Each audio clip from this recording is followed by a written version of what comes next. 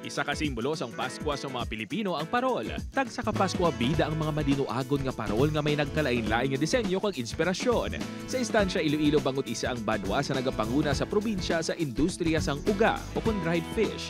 Nanging agaw atensyon ang ginhimo nga parol. Human sa fishbone tapa ang parol nga ginpasalida sang Estancia National High School sa parol making contest sa labing una nga Igpat Festival sang istansya. It feels incredibly overwhelming in the most beautiful way. Seeing people appreciate a parol built from fishbone tapa makes me proud not only as a creator but as an istansyahanon. Tuman kataho mga obra maestra, ilabi na kung mapasiga na. Magluwas sa fishbone tapa, nagamit maninis ang crab shells, abaka sinamay, kag coconut shells. Madamo ang napawaw bangod sino man abi ang maghuna-huna nga ang inugsudan kun tani nga fishbone tapa. Sarang gani mahimo nga dekorasyon sa Pasko.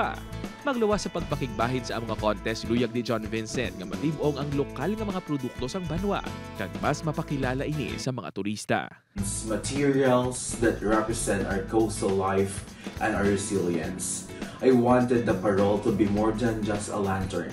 I wanted to reflect a cultural statement.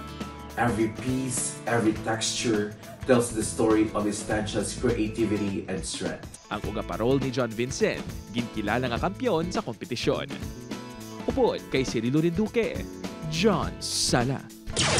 1 Western Visayas.